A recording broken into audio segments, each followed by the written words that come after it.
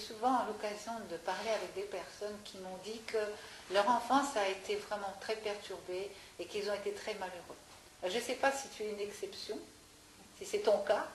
Tu peux nous dire un petit peu comment ton enfance s'est déroulée?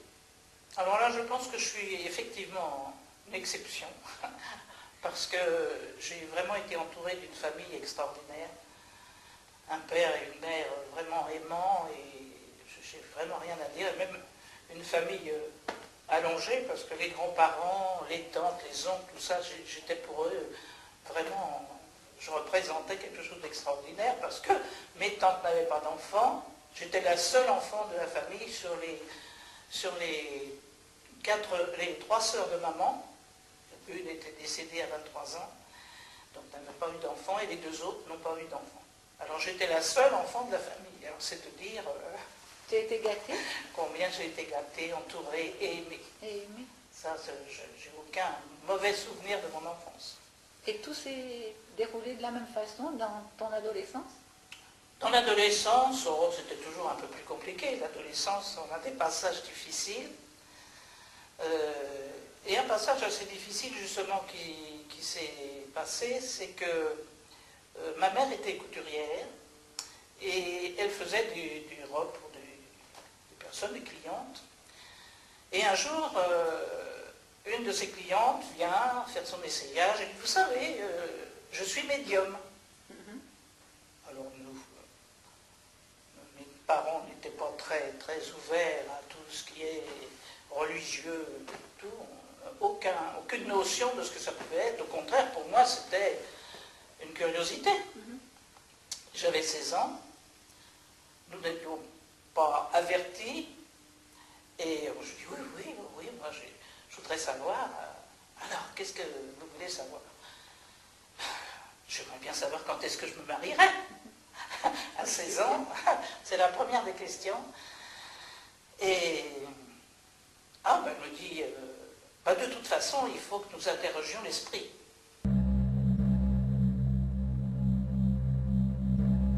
Alors, on nous demande de nous mettre nos mains sur le guéridon que maman avait été chercher, et la table commence à donner des coups. Alors, pour les lettres A, B, C, D, etc. Et les lettres s'arrêtent à la lettre V et à la lettre H. Alors sur le coup, moi je dis, ça doit être l'esprit de Victor Hugo. Et puis, la subtilité de toutes ces choses occultes, c'est que ma petite tante, qui était morte pendant la guerre à 23 ans, avait ses initiales. Elle s'appelait Violette. Violette Heurtaud avec un H. Et à ce moment-là, j'ai dit, mais non, c'est pas Victor Hugo, c'est ma tante. Donc ça m'a conforté dans cette chose qu'il devait y avoir du vrai là-dedans. Donc nous avons interrogé, et la table commençait à répondre, et j'attends. 1, 2, 3, 4, 5. Et ça s'arrête à 12. 12 plus 16, ça fait 28. Je me marierai à 28 ans. Oh non. Vraiment, j'avais trouvé ça un peu long. Alors, piqué par la curiosité, je dis, tant qu'on vient, je vais demander les initiales. Ça peut toujours servir.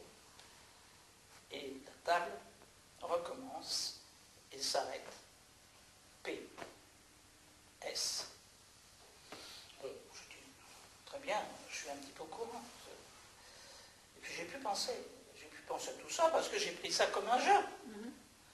Mais c'est toujours la même chose. Dans toutes ces choses occultes, tout ce qu'on prend comme un jeu, c'est mettre le doigt dans un engrenage, que ce soit les horoscopes, que ce soit les cartomanciennes, que ce soit... Dangereux. Voilà. C'est un jeu dangereux de toute façon. Et alors, ça me rappelle une anecdote. Une de mes amies m'avait raconté qu'un jour, elle avait eu affaire à une liseuse de bonne aventure et qui lui avait dit, oh, vous savez, là, votre départ, ça sera autour de la soixantaine. Alors la pauvre, s'est trompée. Autour de la soixantaine, elle a commencé vraiment à se poser des questions.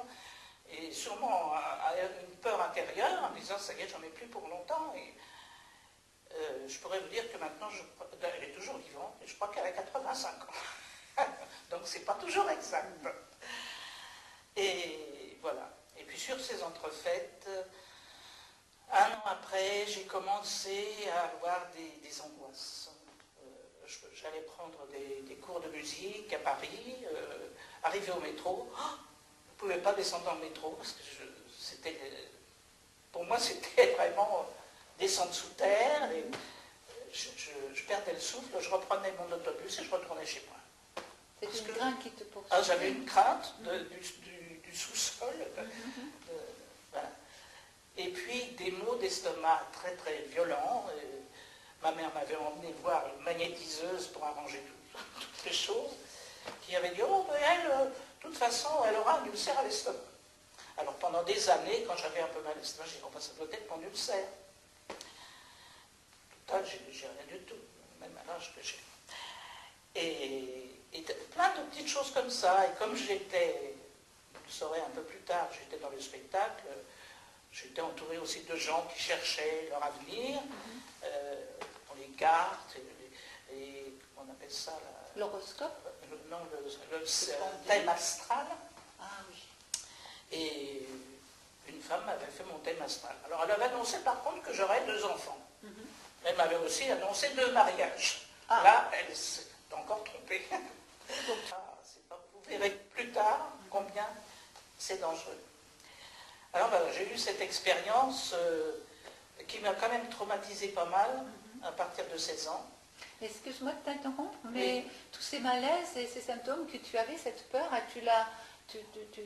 tu pensais que c'était par rapport à tout ce que tu avais vu avec cette femme? Oh non, non, parce que j'étais tellement peu au courant de ces choses qui font les conséquences, les conséquences de l'occultisme que je ne rapportais pas du tout mes malaises à ça. C'est pour ça qu'on allait courir toujours à droite à gauche pour chercher la solution et pour essayer d'en sortir. Donc alors, qu'est-ce qui s'est passé après? Après, ça s'est quand même atténué tout ça. Et j'ai toujours eu le désir, quand j'étais enfant, d'être... je voulais être danseuse étoile, comme de juste beaucoup de petites filles rêvent de ça. Et puis j'avais toujours un goût pour tout ce qui était artistique, pour la musique, le théâtre, la lecture. Alors là, j'avalais des tonnes de livres. Et puis j'aimais bien écrire aussi, parce qu'à l'école, j'avais des bonnes notes, mais les meilleures rédactions, en général, c'était assez souvent moi. Et donc j'aimais ça, j'aimais tout ça. Et puis j'aimais la musique aussi, et j'allais chez une amie dont les parents étaient tous les deux musiciens dans des grands orchestres nationaux. Donc j'étais trempée dans ça. Et comme je ne savais pas trop ce que je voulais faire de ma vie, le papa de mon ami dit un jour pourquoi tu n'apprendrais pas la contrebasse? Parce que lui était contrebassiste et me dit c'est le seul instrument que tu peux commencer à ton âge, j'avais 16 ou 17 ans, tu peux aller au conservatoire et puis après tu passes des concours pour entrer dans un orchestre. Oh, je veux qu'un d'enfant, c'est pas mal. Alors j'ai fait ça. J'ai appris la contrebasse, je suis allé au conservatoire de Versailles pendant, je ne sais plus, 2 ou 3 ans. J'ai eu des accessibles, enfin, j'ai passé des prix. Et finalement, non, je n'ai pas tellement suivi dans ce domaine parce que, entre-temps, j'écoutais des émissions à la radio qui passaient le dimanche et les personnes qui sont de mon âge m'ont souvent dit oui, on se rappelle. Et c'était le Grenier de Montmartre, le Cabaret du Soir, c'était des émissions où il y avait des chansonniers. Alors les chansonniers, on n'emploie plus beaucoup ce mot-là, maintenant ce sont les humoristes. Mais à ce moment-là, les chansonniers, c'était vraiment pointu du côté politique, enfin, les faits divers étaient vraiment transformés, c'était plein d'esprit. Alors moi, ça me passionnait, j'écoutais tout ça. Et puis nous allons un jour chez les fameux parents de mon ami, fêter un anniversaire. Et puis je leur dis, oh, ben, tiens, si vous voulez, je vais vous faire un petit truc. Donnez-moi des rimes, et puis je vais vous faire une petite chanson sur l'anniversaire, etc. Alors on me donne des rimes un peu abracadabra. Et puis j'ai fait une petite chanson comme ça, qui voulait quand même dire quelque chose. Et alors le père de mon ami dit, mais tu devrais continuer. C'est amusant ce que tu dis, là, on sent que tu es faite pour ça. Et quelques temps après, et j'allais très souvent chez elle, elle couchait chez moi, j'allais coucher chez elle, enfin, tu sais ce que c'est que les amitiés, des grandes copines. Et finalement, un soir, le papa revient et dit, tiens, dis donc, j'ai vu quelque chose. Il y a un genre de brasserie qui fait cabaret le samedi, et j'ai vu qu'il y avait une affiche où il y avait des jeunes chansonniers qui intervenaient. Je dis, tu devrais aller voir. Alors j'avais quelques petites choses que j'avais préparées, des petites chansons, enfin je m'appuyais sur une chanson et je mettais mes textes à la place. Et mon ami qui m'accompagnait tout le temps me dit, oui, ben, on va y aller, on va y aller. Puis on y va. Et là, ben, le responsable de ce petit groupe dit, ben, tu es libre samedi prochain? Et voilà, tous les samedis, j'étais invité à venir. Et là, j'ai fait la rencontre de pas mal de garçons, mais de filles aussi, qui travaillaient dans ce sens-là, dont un qui est encore dans le métier, qui s'appelle Jean Amadou. Et donc, j'ai connu Jean Amadou à ses tout débuts. Par contre, j'ai commencé à travailler avant lui. Parce que, naturellement, il y avait des personnes qui faisaient des tournées, enfin des impresarios qui passaient par là et qui venaient voir un peu ce... Donc, j'ai eu des propositions et j'ai commencé à faire des galas, à être invité même à ce fameux grenier de Montmartre à l'époque où les chansonniers passaient. On a laissé un petit peu de place aux jeunes, dont Jean Amadou et moi. Et puis voilà, ça a commencé comme ça. Et j'avais trouvé ma voix parce que j'aimais ça, j'avais un contact avec le public, j'aimais le public, j'étais bien. Voilà. Tu aimais beaucoup la relation, le relationnel. Cette relation publique, c'est extraordinaire. Et d'ailleurs, ça m'a souvent servi après, comme je vous raconterai, parce que je conseillais toujours à ceux qui avaient des discours à faire ou des choses à dire, surtout regardez les premiers rangs. Et regardez les gens qui réagissent quand vous vous dites quelque chose. Et vous vous adressez à ceux-là. Les autres, bon, ils en profitent aussi, mais vous êtes rassurés parce que vous savez que ce que vous dites, ça porte. Ah, c'est un petit truc, ça, je retiens. C'est un truc, ça. Très intéressant. Oui. Ça encourage beaucoup, oui. C'est vraiment super. Voilà. Et ça a duré combien d'années à peu près, ça? Oh, ça a duré, je ne me souviens plus très bien, mais peut-être... C'était avant ton mariage? Oui, avant mon mariage, bon, peut-être 4 ou 5 ans. Tu gagnais ta vie comme ça, donc? Et donc, je gagnais... Oh, oui, parce que, si tu veux, à ce moment-là, les acteurs, comme maintenant d'ailleurs, on était bien payés. Mais, enfin, bref, je vivais encore chez mes parents, je les aidais, je n'ai pas fait fortune en faisant ça. Voilà. Donc, j'ai travaillé comme ça et ça m'a vraiment épanoui, C'est une réussite pour toi. Pour tu moi, avais réussi quelque chose. moi, j'étais contente, ça m'apportait quelque chose et puis...